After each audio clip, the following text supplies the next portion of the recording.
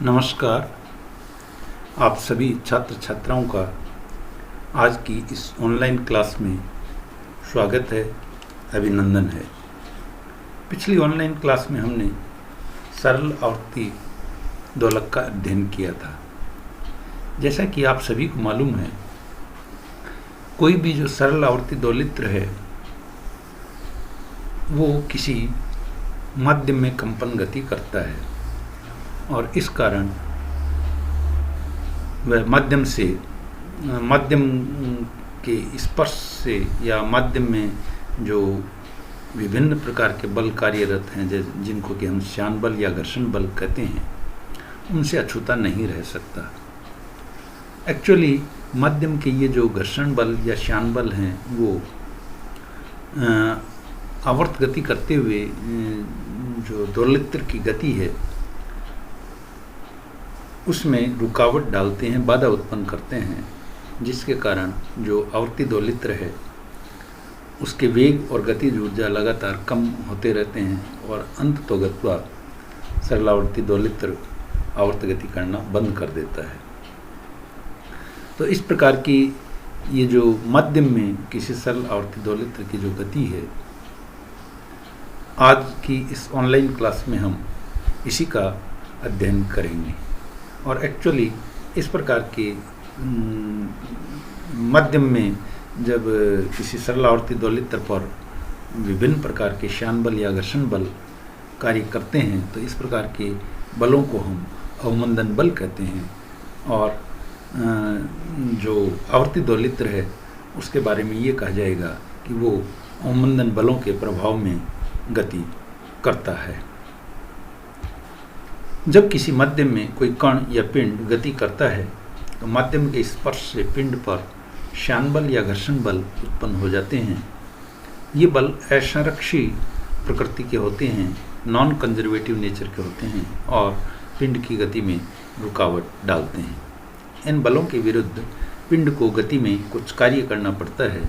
फलतः पिंड के वेग तथा गतिज ऊर्जा में लगातार कमी होती है और अंत में पिंड स्थिर हो जाता है, या यूँ कहें कि जो पिंड है वो आवर्त गति करना बंद कर देता है।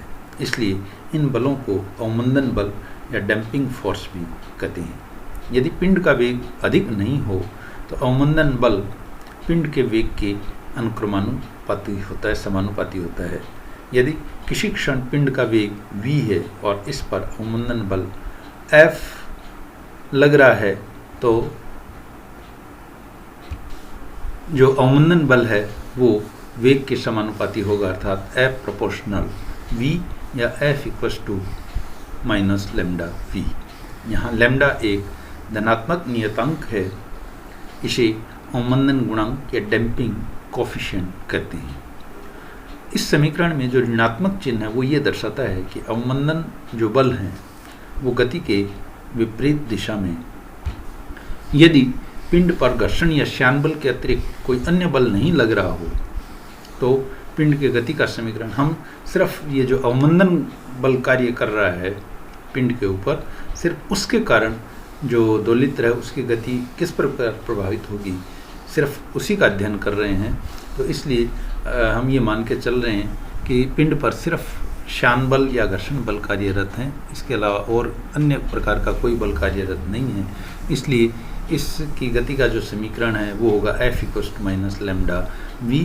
और चूंकि F का मान ma के बराबर होगा, जहाँ a त्वरण है, m पिंड का द्रव्यमान है, और वेग के रूप में जो त्वरण का मान है वो dv/dt के बराबर होगा। इसलिए इस पिंड की जो इक्वेशन ऑफ मोशन है, गति का जो समीकरण है वो होगा mdv/dt equals to minus lambda v, या dv/v equals to minus lambda upon m into dt।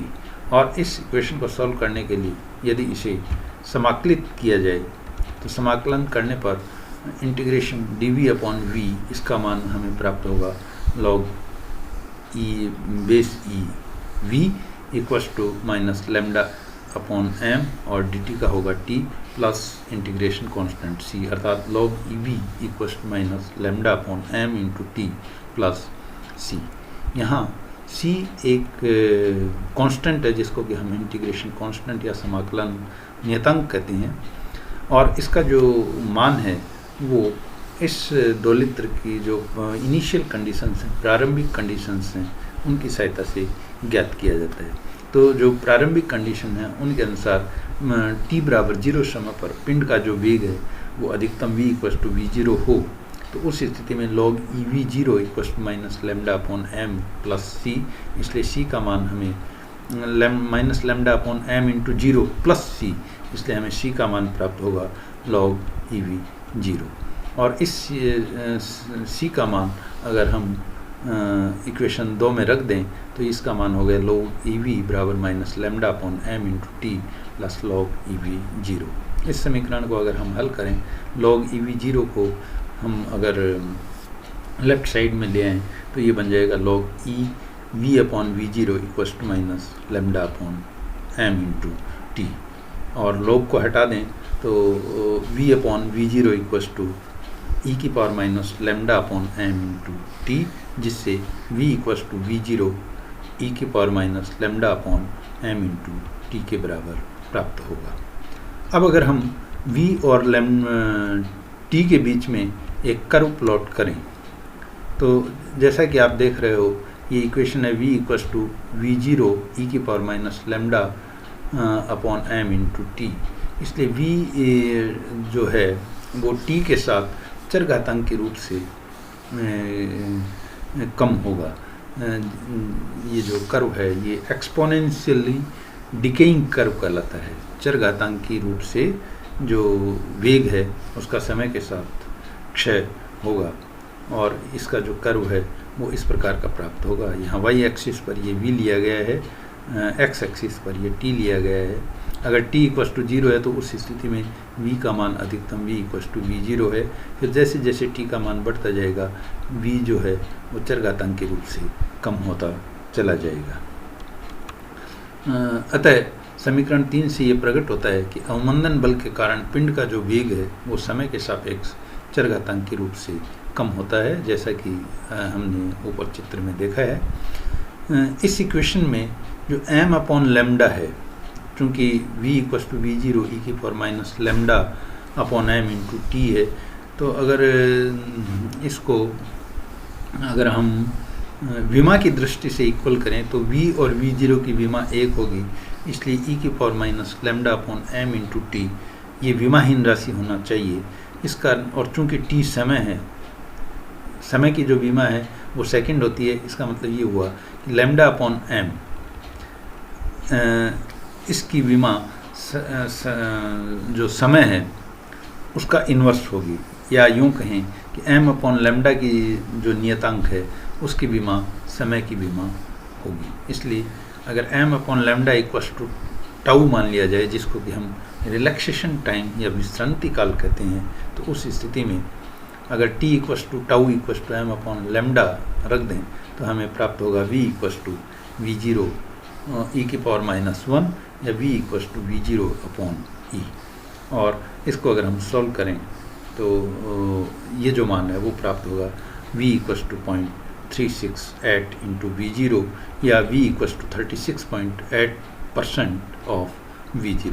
अतः जितने समय में पिंड का वेग अपने प्रारंभिक वेग का 1/e या 36.8% गुना रह जाता है, उस समय को विश्रांति काल कहा जाता है। तो इस प्रकार हमने देखा कि अवमंदन बल के प्रभाव में जब कोई दोलित्र दोलन गति करता है और उस पर और अन्य किसी प्रकार के कोई बल कार्यरत नहीं हो, तो उस अवमंदन बल के कारण जो पिंड है उसका वेग समय के साथ चरघातांकी रूप से कम होता चला जाएगा, और अंत में जो पिंड है वो दोलन करना बंद कर देगा। अब हम अध्ययन करते हैं अवमंदित सरल आवर्ती दोलित्र का, जिसमें कि ये ऐसा सरल आवर्ती दोलित्र है जिसमें जो दोलित्र है उस पर अवमंदन बलों के साथ साथ प्रत्यानयन बल भी कार्य करता है। तो घर्षण या श्यान बल की अनुपस्थिति में जब कोई कण तंत्र या दोलक गति करता है तो दोलक के आयाम तथा ऊर्जा दोनों समय के सापेक्ष रहते हैं, और इस प्रकार के जो दोलक जिसके कि आयाम, ऊर्जा, वेग ये सब समय के सापेक्ष, आयाम और ऊर्जा दोनों समय के सापेक्ष नियत रहते हों, उसको हम फ्री ऑसिलेटर कहते हैं। परंतु व्यवहार में किसी वायु या द्रव माध्यम में दोलन गति करने वाले कण पर प्रत्यानयन बल के साथ साथ घर्षण या श्यान बल भी कार्य करते हैं। इनके फलस्वरूप दोलक के आयाम तथा ऊर्जा में लगातार कमी होती है। ऐसे दोलक को हम अवमंदित सरल आवर्ती दोलक कहते हैं या डैम्प्ड सिंपल हार्मोनिक ऑसिलेटर कहते हैं। अर्थात damped harmonic simple harmonic oscillator या अवमंदित सरल आवर्ती दोलित्र वह दोलित्र है जिस पर घर्षण या श्यान बल कार्य करते हैं, जिसके कारण उसकी जो दोलन गति है वो समय के साथ चरघातांकी रूप से कम होती है और जिसके कारण उसकी आयाम और ऊर्जा लगातार कम होती रहती है और अंत में जो दोलित्र है वो दोलन करना बंद कर देता है। स्पष्टतः वायु या द्रव माध्यम में दोलन गति करने वाले कण तंत्र पर दो प्रकार के बल लगते हैं। कौन कौन से बल होंगे? पहला होगा रिस्टोरिंग फोर्स, क्योंकि जो आवर्ती दोलित्र है ये सिंपल हार्मोनिक मोशन कर रहा है और सिंपल हार्मोनिक मोशन में जैसा कि पहले मैंने आपको बताया है कि इस प्रकार की गति में जो दोलित्र है उस पर एक प्रत्यानयन बल कार्य करता है, रिस्टोरिंग फोर्स कार्य करता है और इसका मान होगा विस्थापन के समानुपाती अर्थात एफ आर। आर यहाँ रिस्टोरिंग फोर्स को रिप्रेजेंट कर रहा है तो F R equals to minus K X और ये बल दोलक पर सदैव संतुलन बिंदु की ओर लगता है और दोलक के विस्थापन x के समानुपाती होता है। यहाँ के दोलक का बल नियतांक है। दूसरा जो बल इस दोलित्र पर कार्य कर रहा है वो है अवमंदन बल या घर्षण बल या श्यान बल, जिसको कि हम फ्रिक्शनल और विस्कस फोर्स कहते हैं। डी ये डैम्पिंग के लिए प्रयुक्त हुआ है तो एफ डी, जैसा कि अभी मैंने आपको बताया है कि अगर दोलित्र का वेग बहुत अधिक नहीं हो तो उस स्थिति में जो श्यान बल है ये दोलित्र के वेग के समानुपाती होता है अर्थात F D equals to minus lambda V और ये बल दोलन में सदैव रुकावट डालते हैं और वेग के समानुपाती होते हैं। यहाँ वी दोलक का वेग तथा लैम्डा अवमंदन गुणांक है। अतः दोलक पर कार्यरत जो परिणामी बल है एफ, इसका टोटल मान होगा F R plus F D और चूंकि एफ आर का मान माइनस के एक्स के बराबर है, एफ डी का मान minus lambda D x upon D T के बराबर है, इसलिए एफ का मान होगा minus K X minus lambda D x upon D T.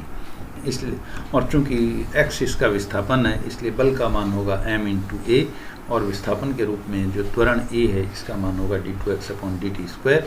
इसलिए अवमंदित दोलित्र की जो गति का समीकरण है वो होगा M D two x upon D T square बराबर minus K X minus lambda D x upon D T.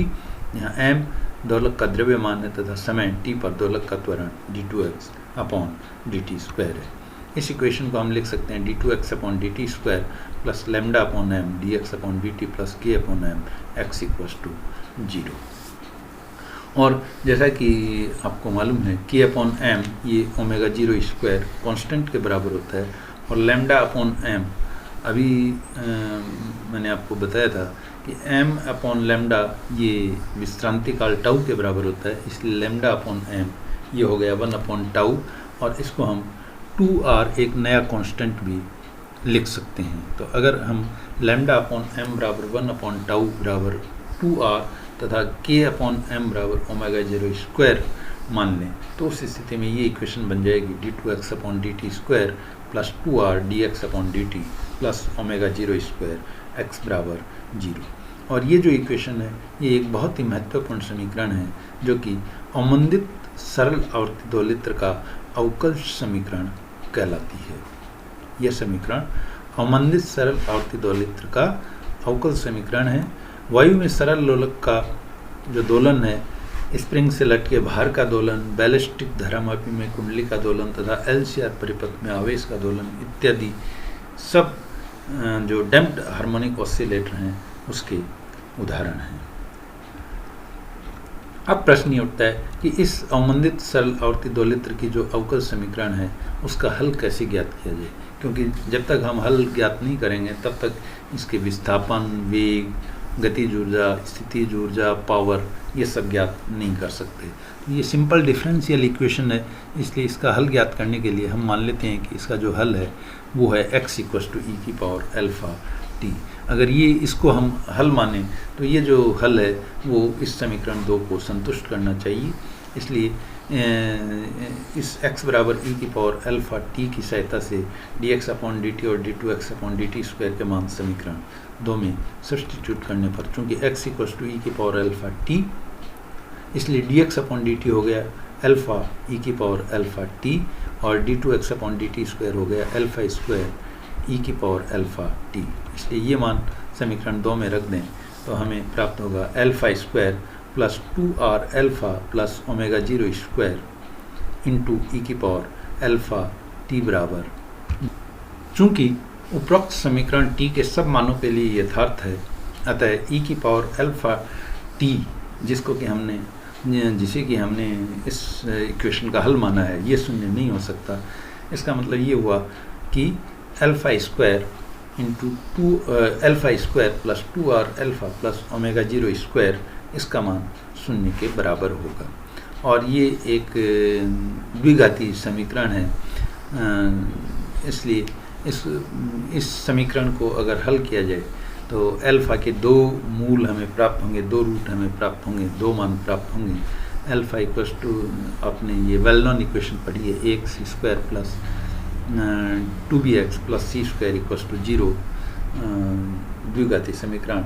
और इसका हल होता है x = -b + ±√b² - 4ac/2a। तो यहाँ a का मान 1 है, b का मान 2r है, c का मान ω02 है। इसलिए इस द्विघाती समीकरण को हल करें तो अल्फ़ा के जो 2 मान प्राप्त होंगे वो होंगे -r + -√r² - ω02। तो इस अल्फ़ा के 2 मान होने के कारण समीकरण 2 का जो व्यापक हल है वो लिखा जा सकता है x = a e⁻⁻r + √r² - ω02 into t plus b e⁻⁻r - √r² - ω02 into t। यहाँ a तथा b 2 नियतांक हैं जिनके मान दोलक की प्रारंभिक स्थिति इनिशियल कंडीशन से ज्ञात किए जा सकते हैं। r तथा ω0 के विभिन्न आपेक्षिक मानों के लिए हमें 3 इम्पोर्टेंट जो संभावनाएं हैं वो प्राप्त होती हैं।